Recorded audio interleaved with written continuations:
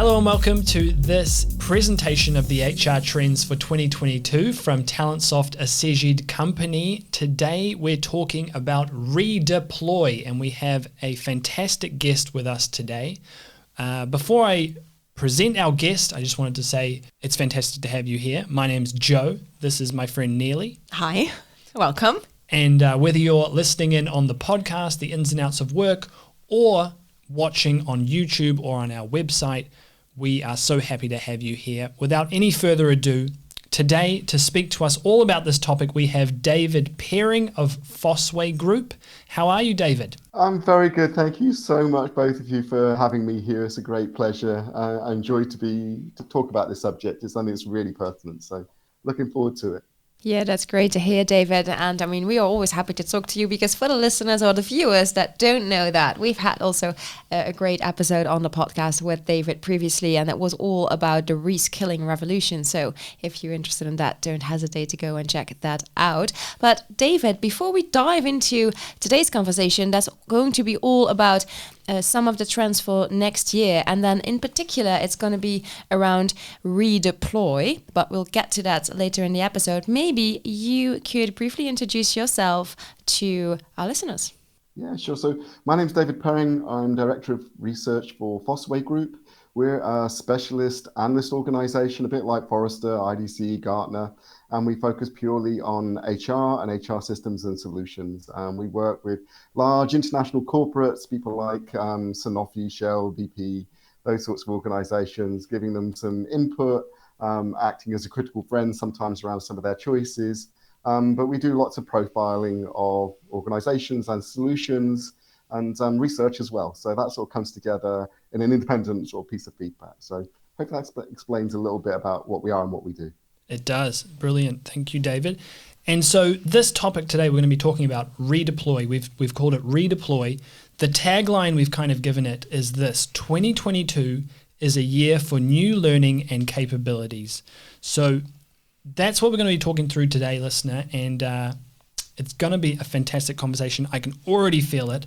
But David, we wanted to start off, in your opinion, if we just throw this wider, what is going to be the number one trend for HR in 2022? The thing I've picked out, and I'd call it skills intelligence and talent mobility. Some might say those are two separate trends, but I think they're so deeply intertwined. They're so deeply sort of layered in amongst each other that it's difficult to separate one without the other. So that's the one that I probably put in for 2022. To some extent, it's been one of the key trends for 2021. And I think this is going to run and run and run. Probably 2030, we're still going to be talking about this. And so I think that's the one I'd pick out for you. And could you elaborate a little bit more on that? Just maybe for the people who are wondering, okay, yeah, that sounds very interesting, but maybe, Yeah, so from skills intelligence, it's what we know about the skills within our organization and also our extended ecosystem of partners and contingent workers. What capability do we have as an organization? And it's almost that sort of sense of intelligence being, what do you really understand, but also what can you do with that understanding? And I think that's the sort of the wonderful opportunity that's come through probably over the last 2 or 3 years around the use of AI and machine learning to actually infer skills. So actually extract from people's CVs and say, this is the skills that apply to that individual. Also cross-validate those skills with other tools or other data sets. Say it could be performance feedback, could be job descriptions, which gives you almost a total picture of the skill sets within your organization. Once you have that intelligence, there's things that you can start to do with it. The other things that you almost get out of that skills intelligence is at the point when you start to put in current and future vacancies into that environment, what you're able to understand is who's a good match, who's a stretch match, where you can develop that individual, but also what fundamental skills gaps do you have between what you want to do as a business in the future and your resources that are available to you today. And that's what I really mean by skills intelligence. And I think that sort of low lapping layer into talent mobility is really all about that sense of how can I connect people with those opportunities, either to grow through assignment, projects or gigs or job roles? how can I connect people with that in an intelligent way so that they don't have to go searching for it, it comes to them, and encouraging people to move. So there's loads of great stats that have been around for the last, I don't know, 5-6 years around the importance of internal moves. And I think that's what I try and pick out. So hopefully that sorts of makes sense. Yes. In terms of a big picture and a journey, if that makes sense. Fully makes sense in terms of that, identifying those skills and then being able to connect them to the opportunities around mobility in the organization. I was going to say, and what we've heard lots of people refer to that capability as is a skills graph. So it's the mapping between people and opportunities, be that skills learning. And the skills graph is that fundamental thing, right? It's almost like your skills ontology, your skills list. And it's the bridging between the individual and opportunity, which is what that skills graph does. Yeah.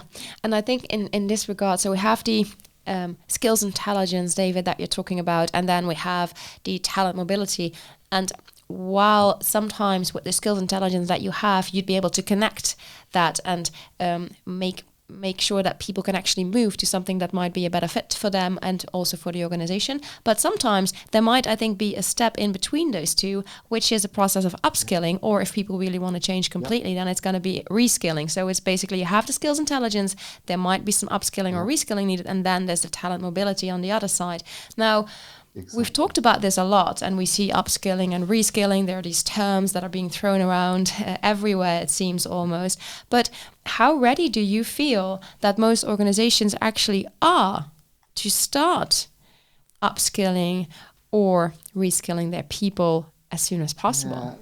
Yeah, I to be honest, lots of the organizations we speak to, and one of the lucky things about the role I have is we get to speak to lots of organizations when we do customer reference calls, and we're always exploring what their drivers are, what challenges they have, and what readiness they have. And that gives us almost a very real view from real testimony of almost the experience of HR professionals themselves. And we also have our HR realities research that we run, and other research that we run with organizations like Talentsoft, where we sort of get some headline numbers, and all that starts to give you a little bit of a sense that in many ways, it's nearly every organization is absolutely desperate to upskill and reskill. And that's because they're struggling to hire the people that they need. The CIPD did some research, I think, only a couple of months ago, and they highlighted that about 40% of organizations said that they had hard to fill vacancies, right? So, and there's other research, right? We know that the Great Resignation is taking off in the US. 4 million people left their job in the US in August alone. So that wave is starting to trickle through. The guys at Wired magazine back in August wrote a great article saying the Great Resignation is happening and nobody's ready, right? And this was Wired UK. They highlighted a survey from IFO magazine, IFO research, and what they said was that a third of German companies were struggling to hire people. And that's because of a lack of ability to acquire the skills that they were really after. So it's a challenging environment.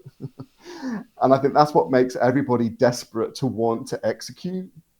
But their readiness, the foundation that they have in order to almost take a really bold leap into the future, I'm not sure if that's very established, and I can talk about that if you wanted me to dig into some of the stats, right?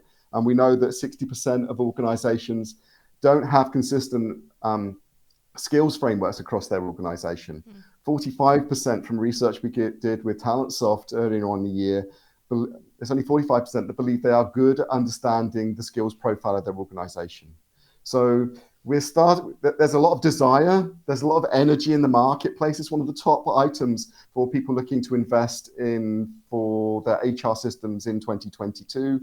But we're starting from a very low base. So there's quite a lot of work to do to get people really ready. So it's in the starting stages. Have you perhaps, David, because you say you're often in these calls, have you come across some examples maybe of organizations that are doing this well? And then I mean, are they, for instance, getting help, external help to get started, to get started with, okay, what is actually, what is the inventory at the moment in the organization in terms of skills? Or maybe you've seen an organization that actually has done a really great job doing it themselves from inside. Have you come across something? I think it's that some of the conversations I have tend to be confidential. That's the first thing we say when we do the calls with customers. So I can't talk about anything from those set.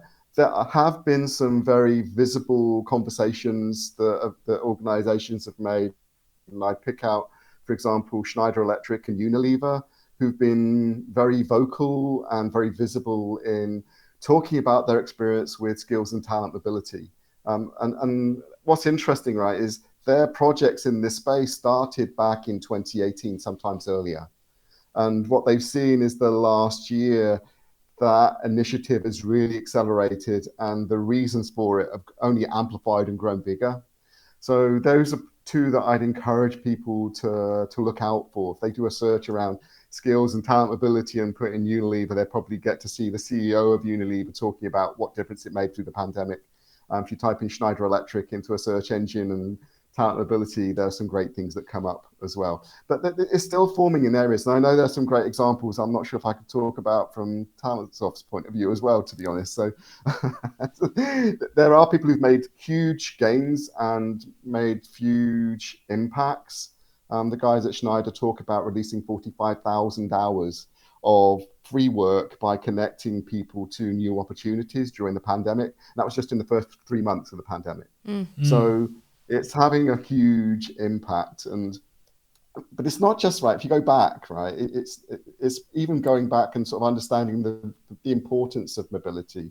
There was a really great study by LinkedIn. They studied 32 million of LinkedIn user profiles.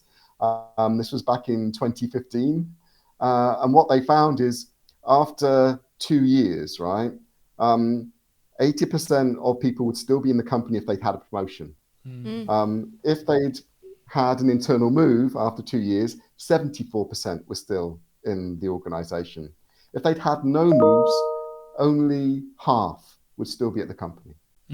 So this almost predates the skills agenda in a way, but it shows the importance of skills and then that mobility piece in actually creating a really compelling retention and attraction tool, which is what people need for their brand now. And it makes total sense, David, in terms of like you're talking through people staying and being, retained or engaged longer.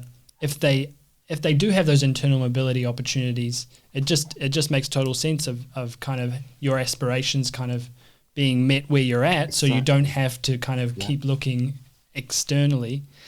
We want to do something a little different now, David, just to change tack a tiny bit and play you an audio clip from someone called Ilse Leen. She's in the Netherlands. And she's very kindly shared with us her biggest HR trend for 2022. And we wanted to get your reaction on this. So we're just going to play this clip now. Hi, I'm Ilse Leen from Noah Road in the Netherlands. So the HR trend we see for 2022 is getting your skill pipeline right. We all know hiring skilled people from the outside is becoming harder and harder right now.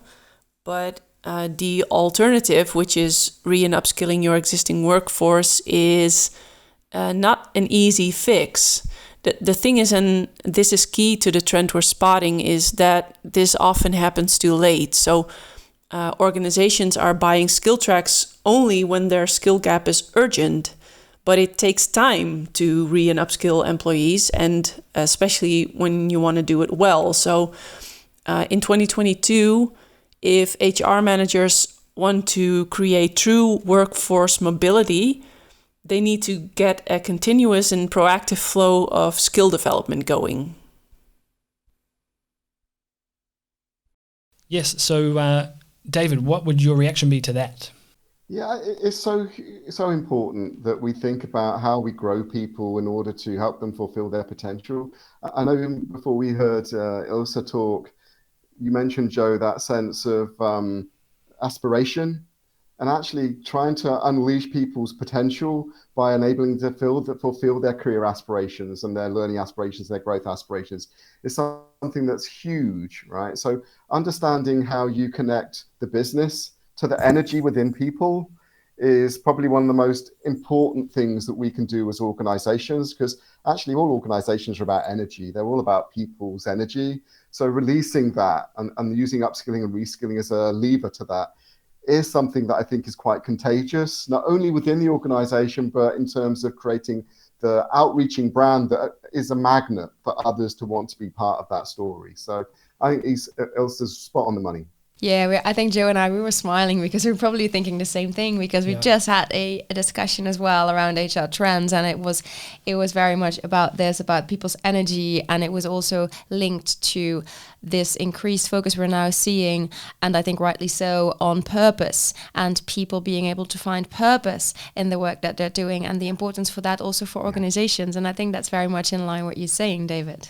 Yeah, definitely. And I think you've really hit the nail on the head about it's in releasing that intrinsic motivation. And I think the pandemic has really shifted lots of people's sense of purpose, their sense of beliefs around what worthwhile work means.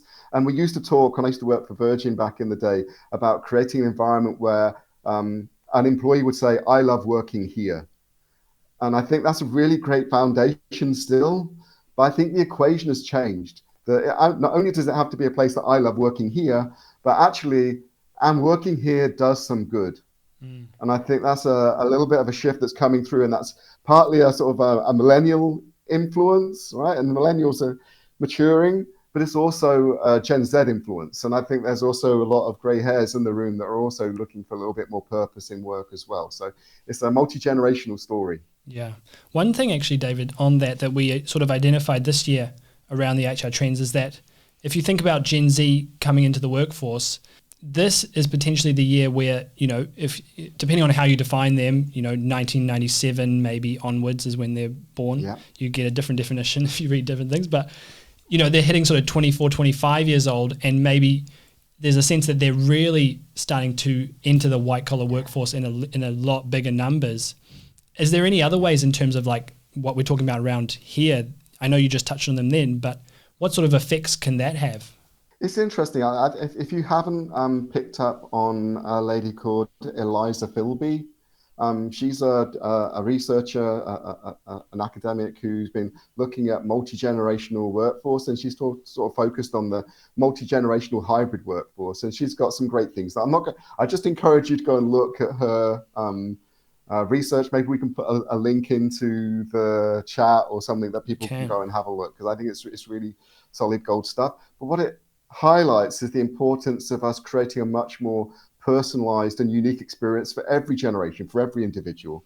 And again, I think that's something that is truly transforming HR. We used to talk about sort of creating more personal journeys.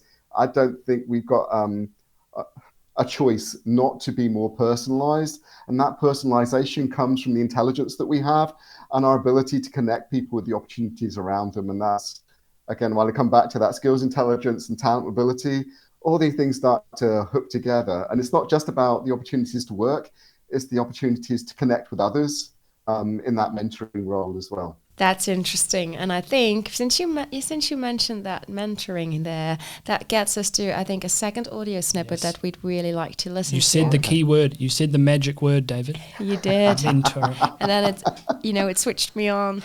But so here's the audio snippet, and it's from Vivian Aqua, and she's also from the Netherlands. Hi, my name is Vivian Aqua, and I'm from Viva La Vive in the Netherlands. And I believe the biggest HR trend for 2022 is to continue to amplify diversity, equity, and inclusion.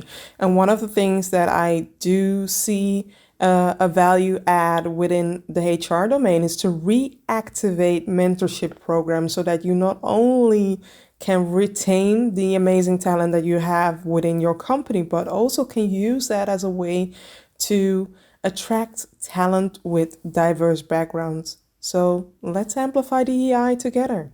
Bye. So, David, how would you react to Vivian's thoughts there? Again, I think you've chosen another great input into the podcast.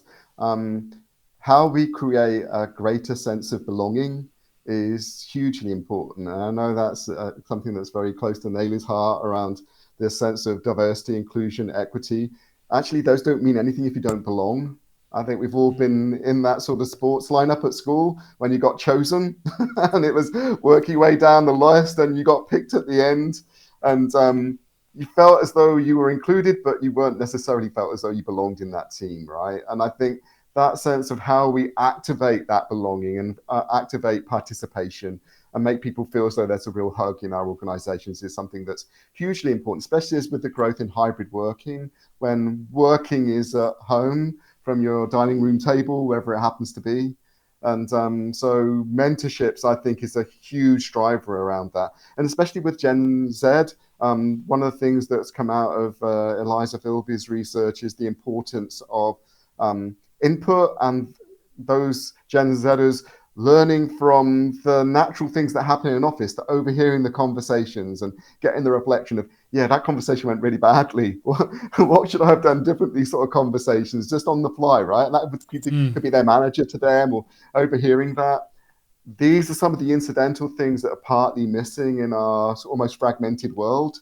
So it's so super important to think about how we create that human connection, that human level of trust, because that's how distance working environments become successful. So I think that's what Vivian said is super, again, on the money. Is what people need to be thinking really seriously about, not just to develop skills, but building that belonging and feel as though the organization is part of a real vibrant culture.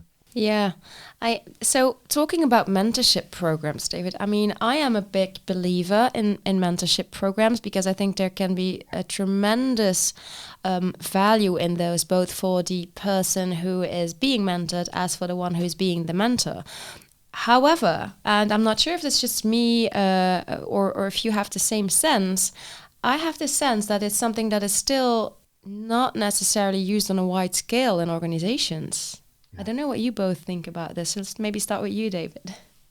Yeah, again, it's one of those things. I think there are organizations who are rushing really with a lot of energy into this area. I was speaking to a very traditional banking organization, and they had implemented over the pandemic, pretty much in the last 6 months, a new mentoring tool to enable their senior legal teams to start to both receive mentoring, so upward mentoring from newer entrants. So it wasn't just a downward mentoring environment, but also to deliver some of that downward mentoring as well. So they'd really focused on that because, again, they'd realized that lots of the things that people need is somebody to bounce ideas off. And again, that's something that came out in a Microsoft survey around Gen Z back in February, that generation were feeling as though they weren't getting their voice heard. And then that was driving them to leave. But also it's a way of sort of increasing that self-reflection. And when you think about learning being that sort of sense of I get some input, and maybe that could be reading something, watching a video, or doing some e-learning, or getting some input from a class, virtual class. Then about action. So you do something with it. Stimulating that reflection is a really important stage of building a skill before you then go and start to look for some new input to put it into action to get some reflection. So stimulating that reflection is a really important part, as I said, of sort of building the cohesiveness of the organization, building that sense of belonging. That's a really important part of learning and skills building. It's where the magic sauce gets released, because it's almost a process of continuous improvement. Yeah. So I think it's hugely important. Yeah, I like your point, Neely, that you were saying there in terms of how it helps both the mentor and the mentee. Yeah. Is that the right word, mentee? Yeah. Yeah, it Yeah, is. sounds right. And my sense actually, and I think it comes back to all kind of learning in a corporate environment, and I'd love to hear your thoughts on this, David, is that a lot of it's around just having the time to do it and to give to it, because, we all have very busy jobs. We all have so many things to do at every level, and actually carving out enough time, if we're talking about redeploy here, whether it's upskilling, reskilling, preparing those skills for internal mobility, it's just having enough time to actually do it on a consistent basis. Is that an issue you see in companies?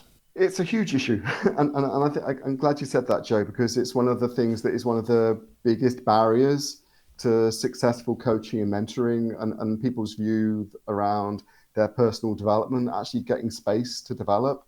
But ultimately, if you don't create the space, when's that development going to happen? And to treat it as a stage of continuous improvement, I think is one of the ways we get around that. But you have to create space. You have to step back and create that moment. And if all you're doing is keep on doing the same thing over and over again, you aren't necessarily getting better at it. So create space is key.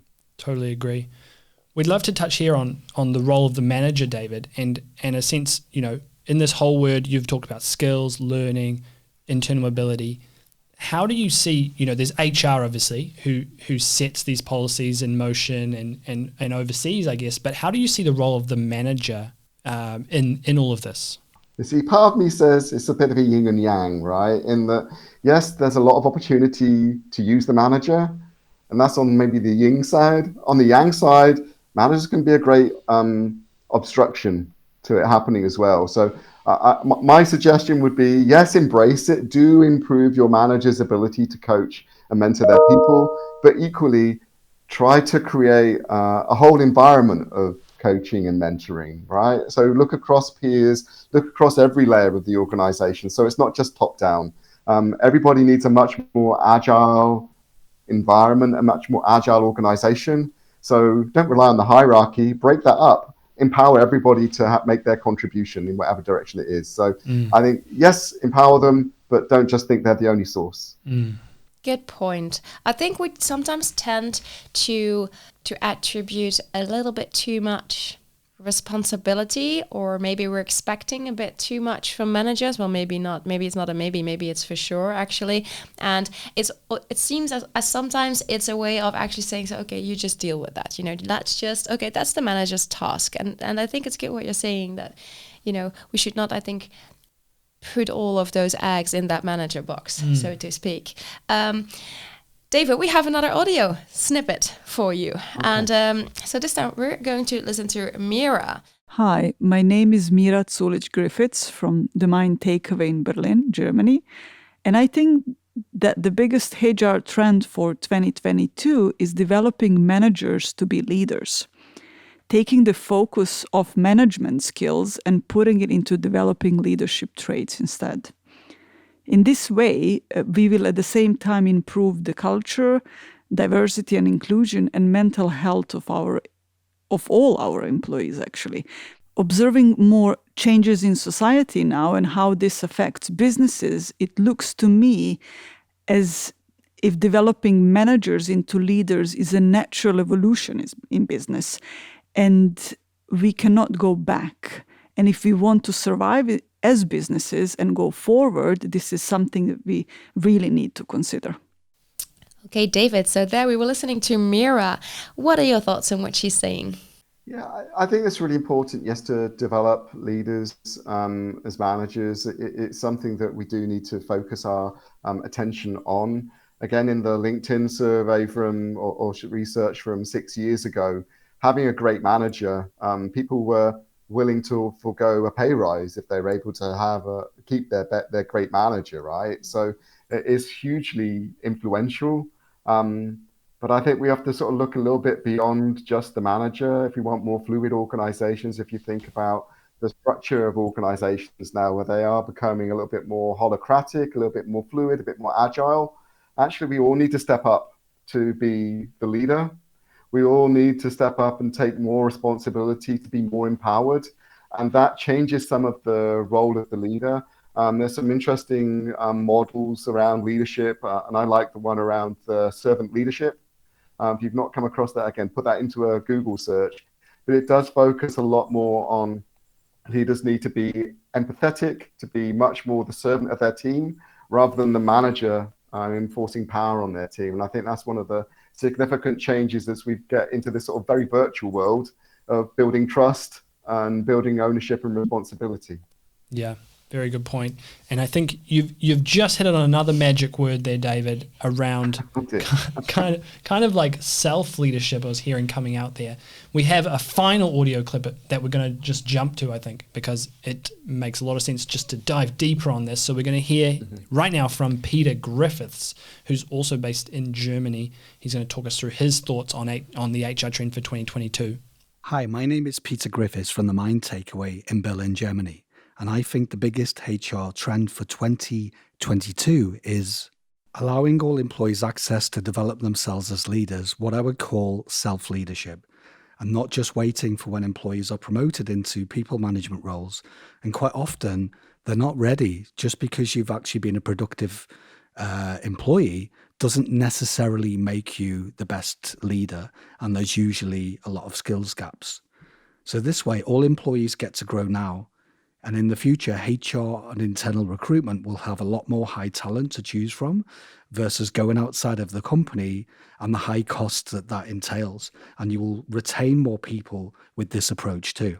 So, David, we just listened to Peter, and as Joe said, you already hit that magic word just before, so maybe you'd like to continue on the self-leadership. Yeah, I think it's interesting, isn't it, right? So when we think about all the pressures that we've talked about around skills and mobility, one question we have to ask ourselves is skills enough? And we hear lots of organizations almost hovering a little bit between two places. One is where you hire people for their values, knowing that you can backfill around the skills, and others saying, well, actually the skills are important and maybe we can compromise a little bit about the values.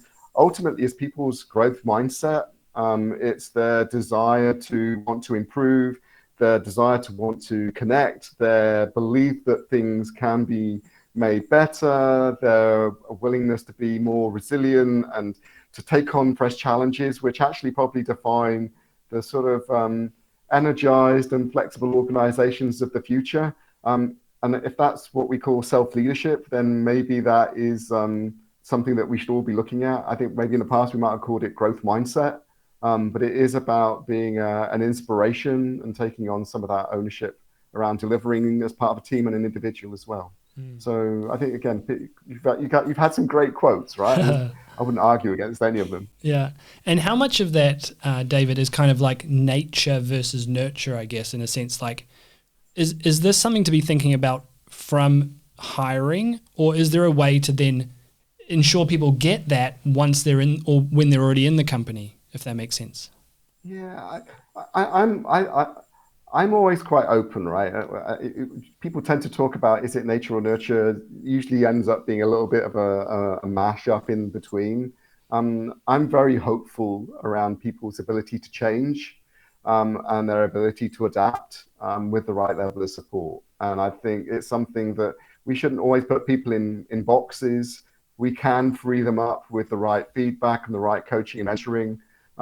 Again, if they've got the willingness to engage and think about how a revolution can be formed, then actually maybe that's a good starting point. So I'm not sure if it's just we have to look always for that sort of model set of skills. I think we can unleash some of that potential as we go through learning. So I think the boundaries around culture, we can find our way through those, but it's not necessarily my focus of expertise, to be honest. So I might be out on a limb. So I think that this brings us actually already to the end of this episode, Joe. Looking at our little note over here. But David, before we say thank you to you and before we say goodbye, what we always like to do on our podcast, The Ins and Outs of Work, and what we also are now actually implementing here in this HR Trends video, is we like to ask our guests if they have a challenge around the theme of today's episode that they would like to leave our listeners with. So, do you perhaps have one? Yeah, I think my challenge to everybody who's in an HR role is go and speak to your people about what future organization they would value. So actually reach out to your customers, for want of a better phrase, and say, if we wanted to empower redeployment, if we wanted to empower talent mobility, if we wanted to make skills the center of our future strategy, what would worry you about that, but what would fire you up to get engaged? So seek out the voice of the customer. That would be my challenge. Fantastic challenge. Seek out the voice of the customer, the employee. Thank you so much, David, for your time. This has been an awesome conversation. I've really enjoyed it. Yeah, same here. Thank you, everybody, for watching or listening, or both perhaps. We really hope you enjoyed this video. If you did, don't forget to subscribe to our channel on YouTube. Give this video a thumbs up. And if you were listening on the podcast, same thing. If you haven't done so yet, please subscribe, share this episode with a friend, and leave us with a review if you're on Apple Podcasts. Thank you so much. Yes. And this was the third and final of our HR Trends episodes. So if you did miss the first two, go back and listen to them or watch them, and you'll get the full picture nearly. Yes. Fantastic. Otherwise, we'll see you again soon. Bye. Bye.